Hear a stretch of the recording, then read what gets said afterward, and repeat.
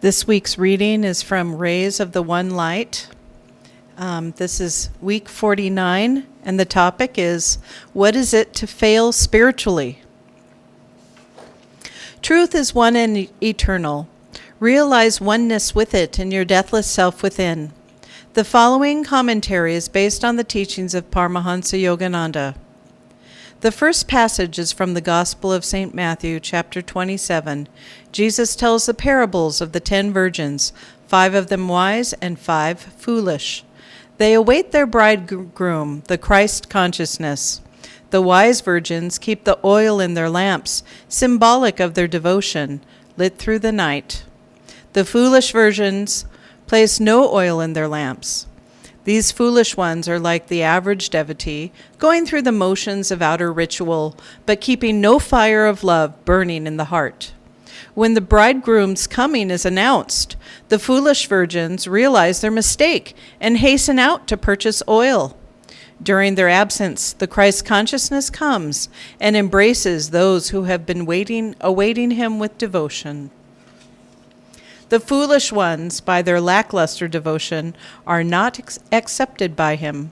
Watch, therefore, Jesus told his listeners, for you know neither the day nor the hour wherein the Son of Man cometh. In Autobiography of a Yogi, Paramahansa Yogananda describes the foolish virgin consciousness he encountered in the Mahamandal hermitage. He stayed in as a young man in Benares. I was pleased, he wrote, that my new home possessed an attic where I managed to spend the dawn and morning hours. The ashram members, knowing little of meditation practices, thought I should employ my whole time in organizational duties. They gave me praise for my afternoon work in their office. Don't try to catch God too soon. This ridicule accompanied one of my early departures toward the attic. Later, during meditation, I felt lifted as though bodily to a sphere uncircumscribed. Thy master cometh today. A divine womanly voice came from everywhere and nowhere. This supernal experience was pierced by a shout from a definite locale. A young priest named Habu was calling me from the downstairs kitchen. Mukunda, enough of meditation. You are needed for an errand. The Divine Mother's words were not spoken for the benefit of that priest, the foolish virgin, but for Mukunda, the wise virgin, for this was the day his guru, Sri Yukteswar, came to him. Grieve not, friends. If you feel that you have been foolish, no error is forever. Someday, if you keep your lamp lit now, your opportunity will come. In the Bhagavad Gita, the 6th chapter, Krishna promises every devotee, Arjuna, none who works for self-redemption will ever meet an evil destiny. Spiritual failure, though a deep disappointment, is always temporary. Eternal hellfire is but a projection of vindictiveness in the human mind. Thus, through Holy Scripture, God has spoken to mankind. Om, Om, Om. This reading is from Whispers from Eternity by Paramahansa Yogananda. O Divine Mother, I am thine, for thou art eternally mine. I lay garlands of my devotion, strung with many-hued flowers of lofty inspiration, at thy lotus feet. I beheld thee, dancing in the twinkling stars. I glimpsed thy scintillating magic in the aurora borealis. I heard the dance of thy beating feet in crashing ocean waves as they rushed toward earth's shores. I marveled at thy leaps and pirouettes, portraying on the great stage of time evolution's fantastic upward sweep. And I thrilled to see everywhere excitement and activity in thy great drama of all life. Alas, Divine Mother, I have yet to behold thy bliss face, peeping from behind what I now know to be only veils. The thick clouds of outward appearances are offset by little teasing hints of thy smile, reflected in my breeze-rippled, flickering thoughts. How long have I yearned to behold thee? My yearning burns with 1,000,000 tongues of flame. They leap high and light the vast firmament of my consciousness. The force that holds together the planets binds also into a heavy ball the burden of my self-recognition, holding me to earth. Yet the twinkling stars of my soul aspirations spin high overhead and form a mighty whirlwind which draws me upward. Their light beams down upon me, banishing my shadows of ignorance and dissolving one by one all the crusted limitations that cover my soul. Light transforms the gray pebbles of my desires into shining crystals, reflecting thy joy. By my light of concentrated aspiration, all falseness has been consumed. Ah, but Divine Mother, where art thou? A great void around me mocked my very yearning. Why? I asked, and my tears fell, dewdrops of shining light from my firmament above. Then, at last, thy sweet voice came, tender with compassion. I heard thee say, "The very light by which thou seekest me is already myself. Thou hast sought me elsewhere than in thyself, yet I am thou, thou art I. There can never be aught but thine own self. I come to thee through thyself. Worship me as separate if you like, but know who I am, thy very own self. O eternally beloved child, we are one." Mother, how can I thank thee? I will ever be thine, for thou art eternally mine. Still, I love to behold thee through my window of self-understanding, as if dancing outside me also, to see thee smiling with tantalizing sweetness. Yet I know the dance takes place in truth only here in my own heart. This topic, or this question, what is it to fail spiritually? It's one that really for some people can be a big one, a question that comes up all the time, sometimes in a very personal way. Am I failing spiritually? Am I doing well enough? Is it good enough, or is it good at all? And this was something that haunted me in my early days on the path, and I think it occurs from time to time to everyone in different phases. And I think there are a number of possible reasons for that, ways we can understand it, and yet the punchline is what Swamiji said, that any spiritual failure is only temporary. And why temporary? Because, as Master explained, the soul, having come from God, must eventually return to God. We know we live in a dualistic universe. It's not just because of the Dvaita-Advaita philosophy of Vedanta, but because of our own lives. I'm happy, then I'm sad. I'm hot, then I'm cold. I'm healthy, and then I'm not healthy. Up and down. That is the duality that we live in. It takes about 5 seconds on earth to figure that one out. And so there is a greater duality, though. And that duality applies on all levels. So as we have gone out from God, so by duality we have to eventually return. Not only we, everyone. So in that sense, there is no specific spiritual path as opposed to anything else. One disciple asked Master, "Sir, will I ever leave the path?" And Master saw that he would. But to encourage him, Master said, "How could you? Everyone in the world is on the spiritual path." And so we should remember that about ourselves, and we should remember that about everyone, our Guru Bhais, but also every single one, our friends, our family, even our family who are not our friends. Everyone is on the spiritual path. Everyone is on this same journey. And it has only one destination, our home in God. So there is no question of any kind of permanent failure. That comes in the world. We wanted this promotion and it was given to someone else. We studied hard for this exam and we were not accepted.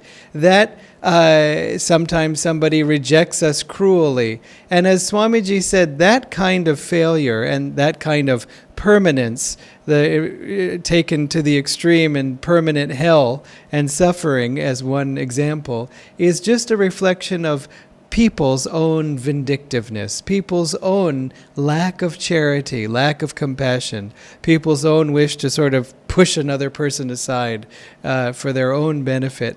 That's all it is. It's man-made. Even as Master said, all of these troubles are man's own doing, he said. It's not created by God. On the other hand, we could say, well, Divine Mother, who is the referee here? Who is the mother of us all? And shouldn't you sort of step in here and get busy and not just let the children all run wild? Because they're causing all kinds of problems for each other and themselves. But anyway, that's a different topic. The point is, we can't ever fail spiritually. We will have to, even kicking and screaming, eventually merge into the divine. However, given that, just to one further point, Swamiji asked Master, can the soul ever be destroyed? And Master said, no, never. The soul is a part of God. How could it be destroyed? So there, Swamiji said he felt great relief in that. So there's no danger to us at all. However, as devotees, we start to feel a aching desire for greater joy. We want to feel more peace within ourselves. We want to see that harmony and calmness that we feel expressed more in our environment. We feel sometimes the hurts of other people, whether they are themselves hurting or whether they are hurting us. We feel them even more keenly as we grow on the spiritual path, because the heart becomes softer, which is to say it starts to return to its natural state. Sri Yukteswarji used that phrase, the natural love of the heart, meaning it's the heart's own nature to love. And through enough hurts and bruises and scars, we start to build up a nice protective armor covering over this heart. But we have to unpeel that. And though we have soft hearts, as Haridasji from Bangalore, Ananda Bangalore has said, to have a thick skin and a soft heart. So we want to allow these different things that people's different unkindnesses or their forgetting us, just to let it just bounce off our backs. There's a poem of Shakespeare, and it basically says that the wind blows and withers everything, and the cold air freezes water bitterly, but none of these are as bad as a friend remembered not. And you might say that's not much of a poem because it doesn't rhyme, but it does rhyme. I just couldn't remember it. Swamiji wrote a melody to it, so it's a song, and I was thinking of how to sing it and say it that way, and I did not come prepared. But I was thinking, he says, as friend remembered not. Oh, the most painful. And think about it. I mean, he wrote that, what is it, 500 years ago? And back then, I bet if you look, not in the Vedas, but in the footnotes of the Vedas, that one, scribe is writing, and I wasn't invited to so-and-so's birthday party again on this palm leaf manuscript. It's just eternal. There's ancient letters discovered in Egypt, and as I've often joked, what are the hieroglyphics that they use to write letters to each other? But there's a letter from a father to a son saying, why don't you write to me more often? And there's a letter from a son to a father saying, send more money. So some things, again, are universal. It's just the human state. It doesn't matter when we live. It's the same thing. So we develop a ache a desire, a deep wish to feel more and more of that joy and bliss that we feel in meditation and we feel in connection with other spiritual seekers, to feel that more and more. We develop a taste for it, and that's good. So there's not a question of spiritual failure, there is only a question of spiritual delay. We can't change the inevitable, but we can delay it. And as Master writes in Autobiography of a Yogi, we take on the lifetime after lifetime, the soul develops a sense of anguishing monotony, that it's this life all over again. And as a friend of mine said, that we live these lives and we do all these things and we set to accomplish it, and what is it all for? And when she said that, it just felt like it came out of her bones. Just, past lives of just thinking, these things in themselves, what meaning do they have? Now, what we learn from our experiences, that has everything, every kind of meaning. How we grow by giving to others.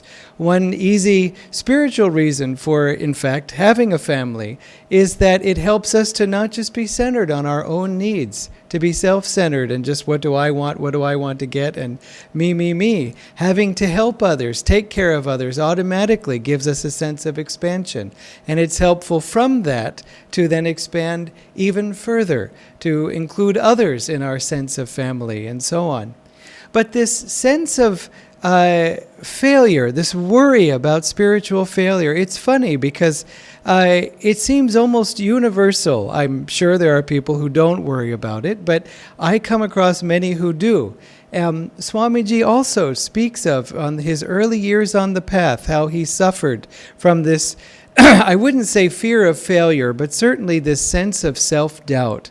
And there was a time, for example, when many of his brother disciples were leaving the spiritual path, and he was concerned because he had looked up to many of these men. He admired them, and they were leaving. And how could they leave? And if delusion could catch them, then could it catch him? And so feeling this sense of nervousness, he was standing with a group of people waiting for Master to come out of his apartment on the 3rd floor of Mount Washington where they all lived. And Swamiji was just having this worry of, will I leave the path too?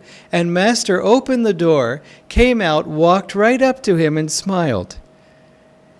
And Swamiji said he couldn't take in that smile. He didn't really understand what it meant, and because he was just too uneasy. Later, he felt Master was telling him, was reassuring him, don't worry.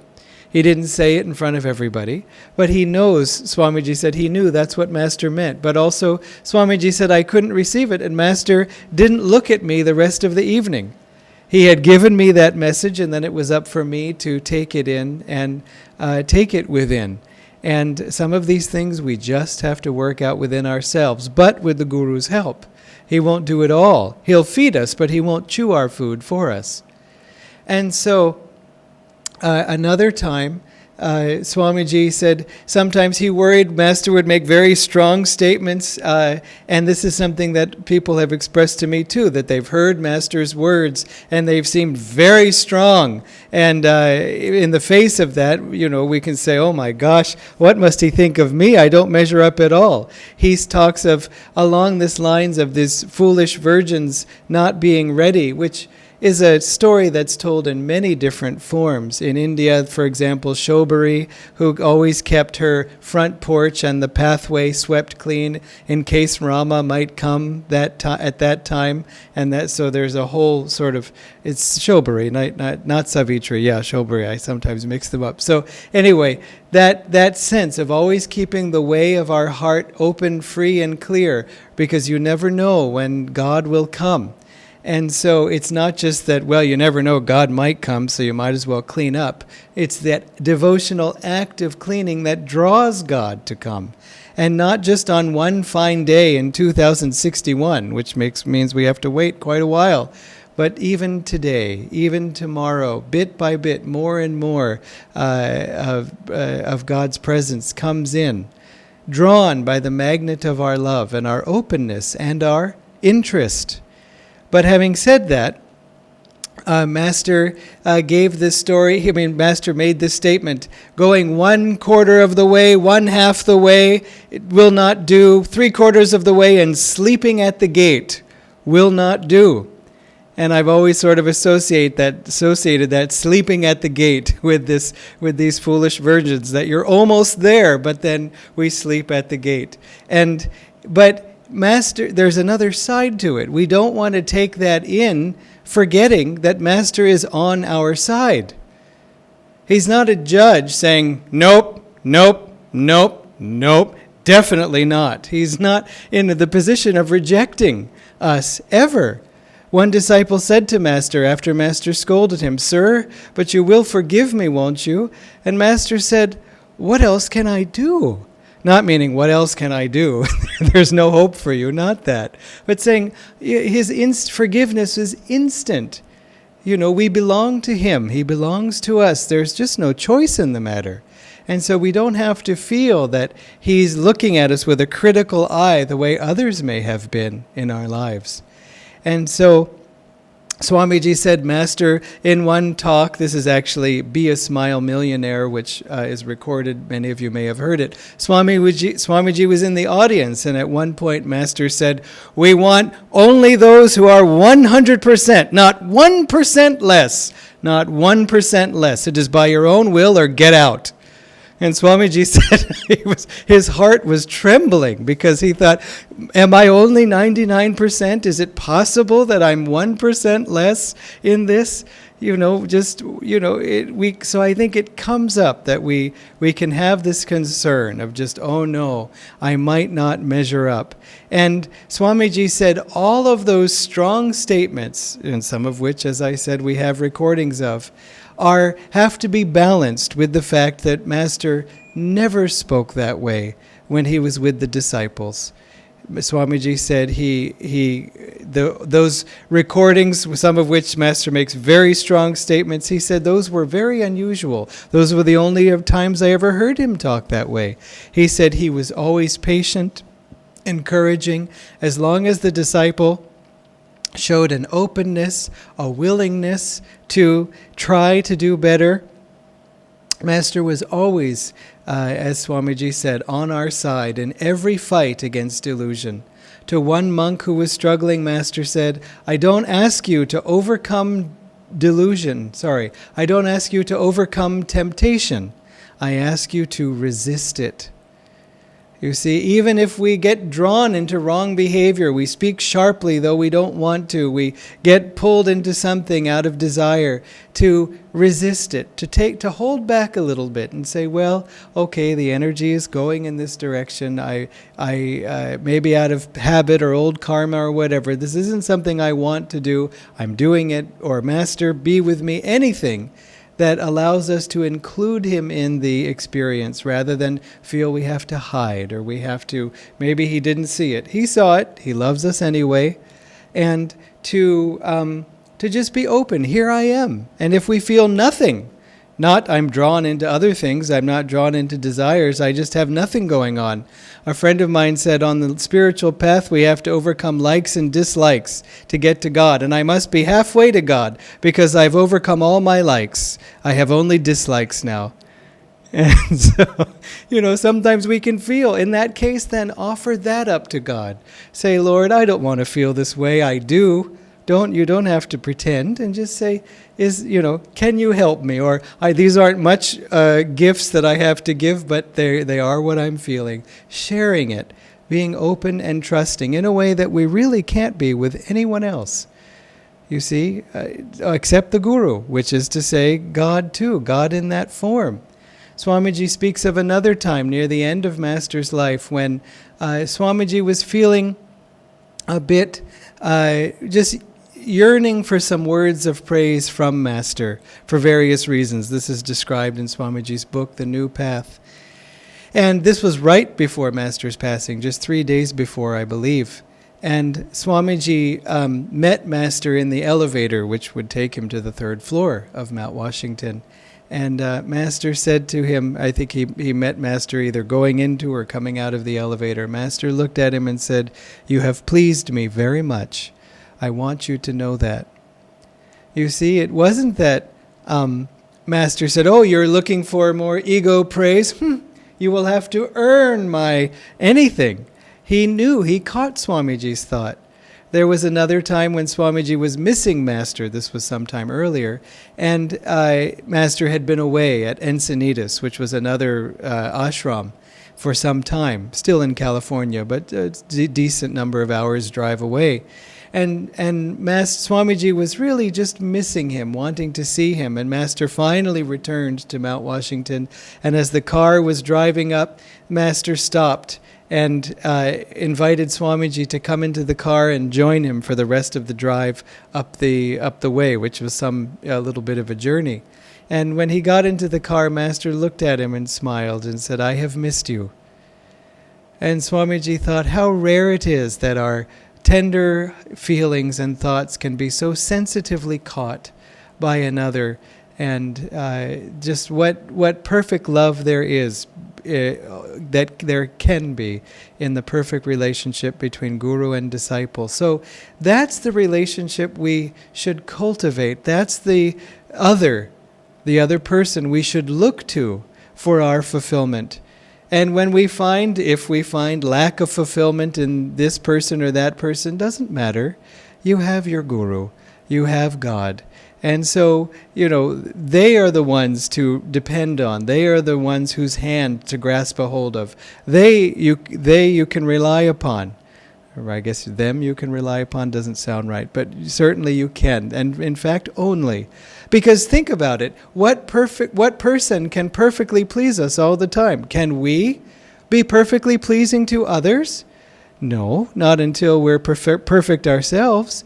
And so it's just an unfair burden to place on someone else.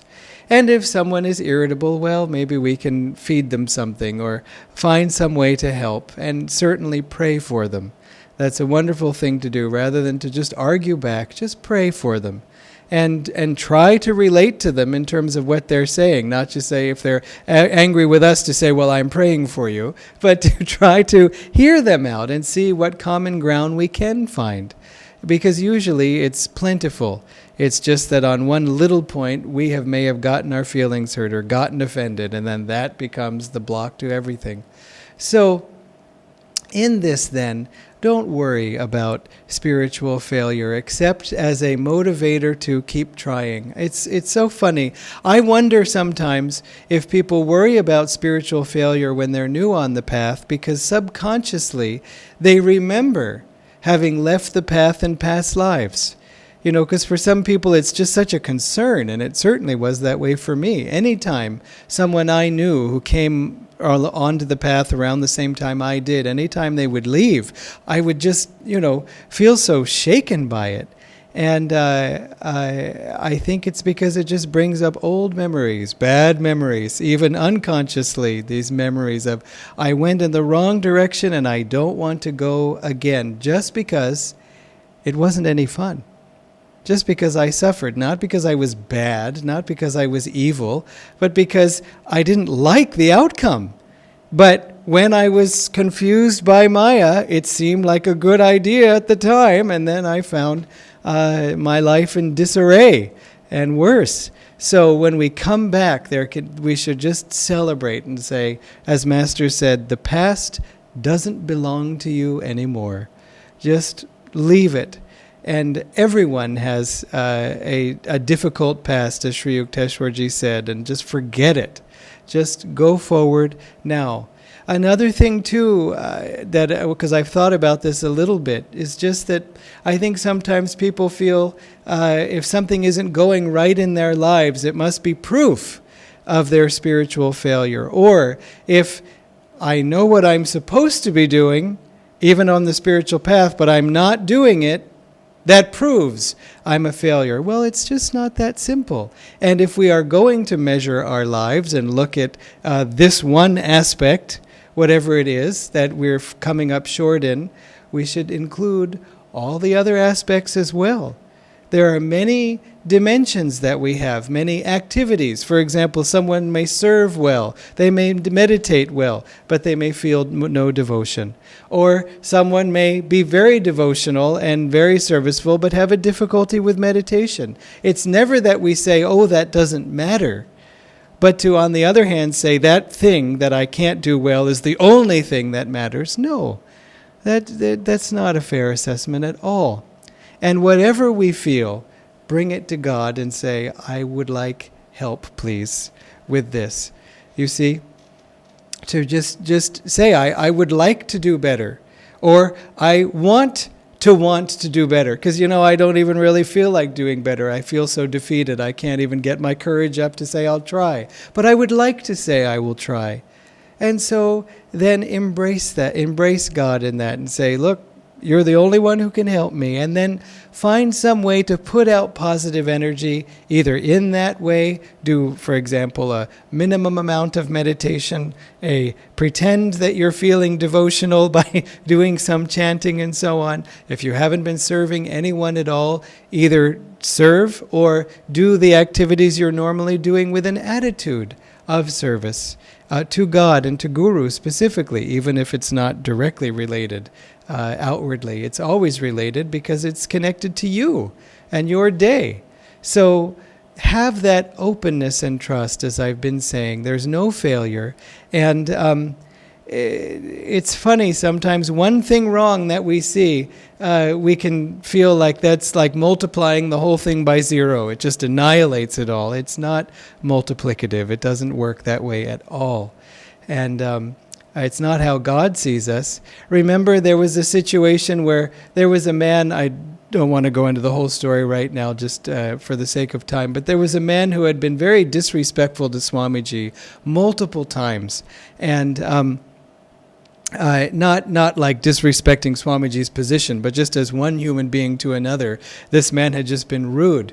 And after the third time it happened, Swamiji he said he lost interest in relating to the man. And Master and the man and Swamiji were all having lunch. And the man was very affable and friendly. He would always be polite when Master was involved. And then, but he would smile at Swamiji or look at Swamiji, and Swamiji said he just wouldn't even look at him. He had it. And then after the man left, Master said, how dry you were with him. Where would you all be if I treated you like that? And Swamiji understood that we have to always be patient and supportive of people. But that's what Master's point was. I don't treat you like that. He sees everything. As Master himself said, I've taken you all as you are. And so he's taken each of us as we are, a package deal. We're the whole package, the positive, the negative, the everything. He knows, and we belong to him. So let us bring him more and more deeply into our hearts during this Christmas season, and then also share that joy with others.